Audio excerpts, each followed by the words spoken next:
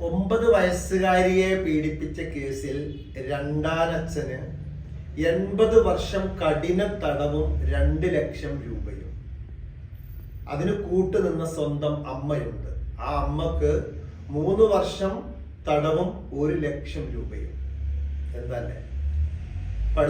അടുത്ത ദിവസം കോടതി വിധി വന്നതാണ്. 2023 ഈ സംഭവം നടക്കുന്നത്. 9 വയസ്സുകാരിയെയാണ് പീഡിപ്പിച്ചിരിക്കുന്നത്. കൂട്ടുനിന്നിരിക്കുന്നത് സ്വന്തം അമ്മയും. പാലക്കാട് ജില്ലയില് ചാലിശ്ശേരിയാണ് ഇത് നടന്നിരിക്കുന്നത്. നോക്കണം, സ്വന്തം നൊന്തു പ്രസവിച്ച അമ്മ രണ്ടാനച്ഛനെ പീഡിപ്പിക്കാൻ വേണ്ടി ലൈംഗികമായിട്ട് ഈ കുട്ടിയോട് പ്രവർത്തിക്കാൻ കൂട്ടുനിൽക്കുക. ഇവിടെ നമ്മൾ കൂട്ടുനിൽക്കുക എന്ന് പറയുന്ന സമയത്ത് ഒരു പക്ഷേ ഈ അമ്മ നിർബന്ധിച്ച് ഈ ഒരു മോശമായിട്ടുള്ള കാര്യം പീഡനം ചെയ്യിപ്പിച്ചതൊന്നും ആയിരിക്കില്ല. അതുകൂടി നമ്മൾ മനസ്സിലാക്കണം. പക്ഷേ ഈ രണ്ടാനച്ഛൻ ചെയ്ത ഈ ഒരു വികൃതമായിട്ടുള്ള ഈ 9 വയസ്സായ ഈ ചെറിയ കുട്ടിയെ പീഡിപ്പിച്ച കാര്യം അത് മറച്ചു വെക്കാൻ ശ്രമിച്ചിട്ടുണ്ടായിരിക്കും, മറച്ചു വെച്ചിട്ടുണ്ടായിരിക്കും, അല്ലെങ്കിൽ പുറത്തു പറഞ്ഞിട്ടുണ്ടായിരിക്കില്ല. മാത്രമല്ല, ഇത് പുറത്തു പറഞ്ഞാൽ കുട്ടിയെ കൊല്ലുമെന്ന് ഭീഷണിപ്പെടുത്തിയിട്ടുണ്ടായിരുന്നു. പുറത്തു പറഞ്ഞാൽ കുട്ടിയെ കൊല്ലുമെന്ന് ഭീഷണിപ്പെടുത്തിയിട്ടുണ്ടായിരുന്നു. അപ്പൊ ഈ ഒരു കേസ് പുറത്തറിയാതെ കുറച്ചു കാലം നടന്നതിന്റെ പേരിലായിരിക്കാം അമ്മ കൂട്ടുനിന്നതെന്ന് പറയുന്നത്. എന്തോ ആവട്ടെ, കോടതി വിധി വന്നതാണ്. ഇവിടെ നമ്മൾ മനസ്സിലാക്കേണ്ട ഒരു കാര്യമുണ്ട്. പലപ്പോഴും പല സ്ത്രീകളും ഇങ്ങനെ ജീവിക്കുന്നവരുണ്ട്. ജീവിതത്തിന്റെ സാഹചര്യത്തിനനുസരിച്ചിട്ട് ഒരു പക്ഷേ ഇങ്ങനത്തെ ജീവിതങ്ങളൊക്കെ നമുക്ക് വരാം. ആദ്യത്തെ ഭർത്താവ് മരിച്ചതിന്റെ പേരിൽ മറ്റൊരു വിവാഹം കഴിക്കുന്ന സമയത്ത് മുതിർന്ന കുട്ടികൾ ഉണ്ടായേക്കാം. 9, 10 വയസ്സായ ആൺകുട്ടികൾ, അതുപോലെ തന്നെ പെൺകുട്ടികൾ. ഇന്ന് ആൺകുട്ടികൾക്കും വലിയ സേഫ്റ്റി ഒന്നും ഇല്ലാത്തൊരു കാലഘട്ടമാണ്. മനുഷ്യനാകെ വൈകൃതങ്ങൾക്ക് പിന്നാലെയാണ്. ഓരോ ദിവസം നമ്മൾ കാണുന്നതാണ് ആൺകുട്ടികളെ പീഡിപ്പിച്ച കാര്യങ്ങളും പെൺകുട്ടികളെ പീഡിപ്പിച്ച കാര്യങ്ങളൊക്കെ. ഇന്ന് ആർക്കും രക്ഷയില്ല. ഇനി ആൺകുട്ടികളെ പെൺകുട്ടികൾ എന്ന് പോവട്ടെ, പ്രായമായവർക്ക് പോലും രക്ഷയില്ലാത്തൊരു കാലഘട്ടമാണ്, അല്ലെ? പ്രായമായ സ്ത്രീയെ പീഡിപ്പിച്ചതിന് ശേഷം അതിന്റെ സ്വർണം കവർന്നെടുത്തു, കൊല ചെയ്തു. ഇതൊക്കെ നമ്മുടെ നാട്ടിലാണ്, കേരളത്തിലാണ് ഇതൊക്കെ നടന്നുകൊണ്ടിരിക്കുന്നത്. നമ്മൾ മുന്നേ ഉത്തരേന്ത്യയിൽ അങ്ങനെയാണ്, അവിടെ എങ്ങനെയാന്നൊക്കെ പറയാറുണ്ട്. പക്ഷെ അതിനേക്കാൾ ഗൗരവമായിട്ടുള്ള കാര്യങ്ങളാണ് ഇന്ന് നമ്മുടെ നാട്ടിൽ നടന്നുകൊണ്ടിരിക്കുന്നത്. ആർക്കും ആരോടും ഒരു ദയയില്ലാത്തൊരവസ്ഥയായി തീർന്നിരിക്കുകയാണ്. ആർക്കും ആരെയും വിശ്വസിക്കാൻ പറ്റാത്തൊരവസ്ഥയിലൂടെയാണ് മുന്നോട്ട് പോയിക്കൊണ്ടിരിക്കുന്നത്. അത് ഏത് രീതിയിലാവട്ടെ, ആത്മീയ മേഖലയിൽ പോലും സ്വന്തം ഗുരുനാഥന്മാരെ പോലും വില വെക്കാതെ ഈ സോഷ്യൽ മീഡിയയിലൂടെ എന്തും പറയുന്ന ഒരു സമൂഹമാണ് ഇന്നുള്ളത്. അത് അച്ഛനെതിരെ ആവട്ടെ, അമ്മക്കെതിരെ ആവട്ടെ, ഗുരുനാഥന്മാർക്കെതിരെ ആവട്ടെ. ഇവിടെ സ്വന്തം ശരീരത്തെ നമ്മൾ സൂക്ഷിക്കുക എന്നുള്ളത് രക്ഷയുള്ളൂ. വേറെ രക്ഷകളൊന്നുമില്ല. അത് നല്ലോ മനസ്സിലാക്കുക നമ്മുടെ ജീവിതത്തില്. പ്രത്യേകിച്ച് നേരത്തെ പറഞ്ഞു വന്നത്, എങ്ങനെ നിങ്ങളൊരു 2ാമത്തെ വിവാഹമൊക്കെ കഴിക്കുന്ന സമയത്ത് നിങ്ങളുടെ കുട്ടി, പ്രത്യേകിച്ച് ഒരു 9, 10 വയസ്സായ പെൺകുട്ടിയാണെങ്കിൽ, കുറച്ച് മുതിർന്ന പെൺകുട്ടികളാണെങ്കിൽ, ആ പെൺകുട്ടികളുടെ സേഫ്റ്റി ഈ അമ്മമാര് ശരിക്കും ശ്രദ്ധിക്കേണ്ടതുണ്ട്. ആ പെൺകുട്ടികളുടെ സേഫ്റ്റി അമ്മമാർ ശരിക്കും ശ്രദ്ധിക്കേണ്ടതുണ്ട്.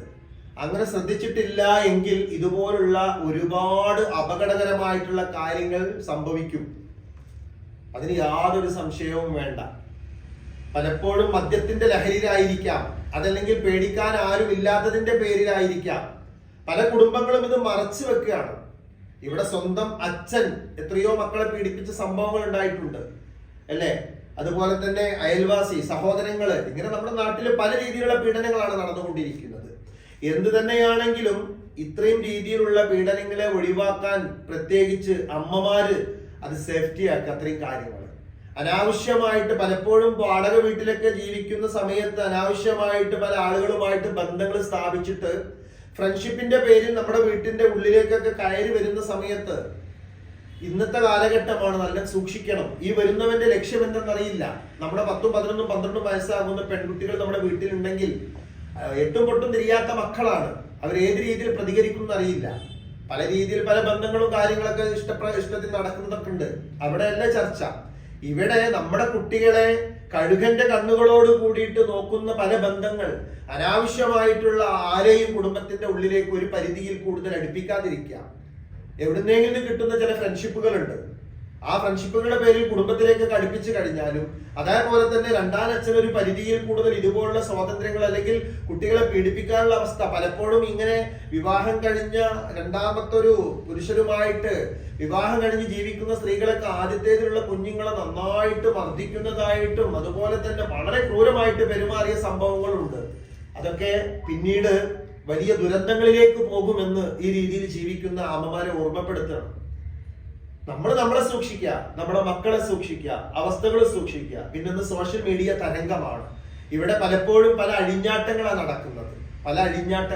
ഈ അഴിഞ്ഞാട്ടങ്ങൾ നടക്കുന്ന സമയത്ത് അവരുടെ കീഴിൽ അല്ലെങ്കിൽ അവരുടെ കുടുംബത്തിൽ വളരുന്ന കുട്ടികളും ആ രീതിയിൽ വൈറലാവാൻ വേണ്ടി പല വീഡിയോകളും ചെയ്യും, പല കാട്ടിക്കുട്ടികൾക്ക് പിറകെ പോകും. പിന്നെ അവിടെ നമുക്ക് സംസ്കാരം പറയുവാനോ അല്ലെങ്കിൽ നല്ല കാര്യങ്ങൾ പറഞ്ഞ് ഉപദേശിക്കാനൊന്നും ഒരിക്കലും കഴിയില്ല. എത്രത്തോളം നമ്മൾ ഓരോ കാര്യങ്ങളിൽ ഇടപെടുന്നു അല്ലെങ്കിൽ എത്രത്തോളം ഓരോ കാര്യങ്ങൾ പറയുന്നു, അതിലൊക്കെ സൂക്ഷ്മത പുലർത്തുന്നു, അതിനനുസരിച്ചിട്ടായിരിക്കും നമ്മുടെ ജീവിതത്തിൽ നമുക്കും സ്വസ്ഥതയും സമാധാനമൊക്കെ കിട്ടുക. ചുരുക്കി പറഞ്ഞിട്ടുണ്ടെങ്കിൽ ഇത്രയും കുട്ടികളെ മറ്റൊരു വിവാഹം കഴിഞ്ഞ് പോകുന്നതുകൊണ്ടൊന്നും കുഴപ്പമില്ല. അവനവന്റെ ഓരോ താല്പര്യങ്ങൾക്ക് വേണ്ടിയിട്ട് മനുഷ്യനാണ്. ചെറുപ്പമായിരിക്കാം ചിലപ്പോ ഭർത്താവ് മരിച്ചതിന്റെ പേരിലോ അല്ലെങ്കിൽ ഒഴിവാക്കിയതിന്റെ പേരിലോ രണ്ടാമത്തെ വിവാഹം കഴിക്കാം. പക്ഷെ രണ്ടാം അച്ഛൻ മനുഷ്യത്വമില്ലാത്തൊരു മനുഷ്യനാണ് എങ്കിൽ, അതല്ല തന്റെ മക്കളെ മറ്റൊരു ശൈലിയിലാണ് നോക്കുന്നത് എങ്കിൽ അത് തുടക്കത്തിൽ നൊന്തു പ്രസവിച്ച അമ്മ മനസ്സിലാക്കുക, അതിനുള്ള വാണിംഗ് കൊടുക്കുക. അതല്ലെങ്കിൽ നിങ്ങൾ ജീവിച്ചോളൂ, കുഴപ്പമൊന്നുമില്ല, നിങ്ങൾ ആ പുരുഷനുമായിട്ട് ജീവിച്ചോളൂ. പക്ഷെ ഈ മക്കൾക്ക് ഒരു സേഫ്റ്റി പ്ലേസ് നിങ്ങൾ ഉണ്ടാക്കി കൊടുക്കണം.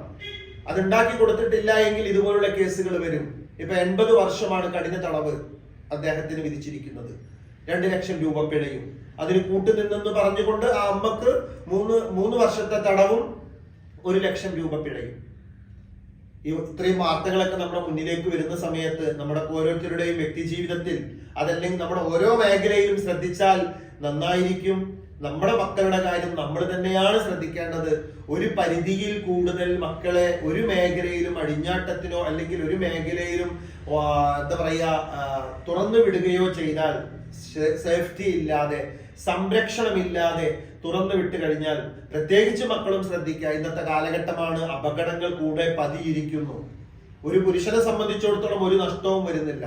പക്ഷെ ഒരു സ്ത്രീയെ സംബന്ധിച്ചിടത്തോളം എന്തെങ്കിലും ഒരു ചെറിയ അബദ്ധങ്ങൾ സംഭവിച്ചു കഴിഞ്ഞാൽ സമൂഹം അങ്ങനെയാണ് നിങ്ങളെ കാണുക. ഒരു പക്ഷെ നിങ്ങൾക്ക് ചോദിക്കാം, അപ്പൊ ആണുങ്ങൾക്ക് കുഴപ്പമില്ലേ എന്ന് ചോദ്യങ്ങൾ ചോദിച്ചു കൊണ്ടിരിക്കാം. പക്ഷെ സമൂഹം എങ്ങനെയാണ് കാണുന്നതെന്ന് നിങ്ങൾക്ക് ശരിക്കും അറിയാവുന്നതാണ്. അപ്പൊ അതുകൊണ്ട് അത്രയും കാര്യങ്ങളൊക്കെ ഒന്ന് ശ്രദ്ധിച്ചിട്ടില്ല എങ്കിൽ നമ്മളെല്ലാവരും ദുഃഖത്തിന്റെ ആഴങ്ങളിലേക്ക് പോകേണ്ടി വരും. ഒരു പരിധിയൊക്കെ നമുക്ക് ശ്രദ്ധിക്കാം, ബാക്കിയൊക്കെ തവക്കൽത്തു അല്ലാഹ്, അത്രേ പറയാൻ പറ്റുള്ളൂ. എല്ലാ ഇടങ്ങളിലും നമുക്ക് എപ്പോഴും ശ്രദ്ധിച്ച് നടക്കാനൊന്നും കഴിയില്ല. എല്ലാത്തിനും ഒരു പരിധിയുണ്ട്. എങ്കിൽ പോലും നമ്മൾ അറിഞ്ഞുകൊണ്ട് ഒരു അപകടത്തിലേക്കോ ഒരു അസ്വസ്ഥതയിലേക്കോ ചെന്ന് ചാടാതിരിക്കുക. Okay, by.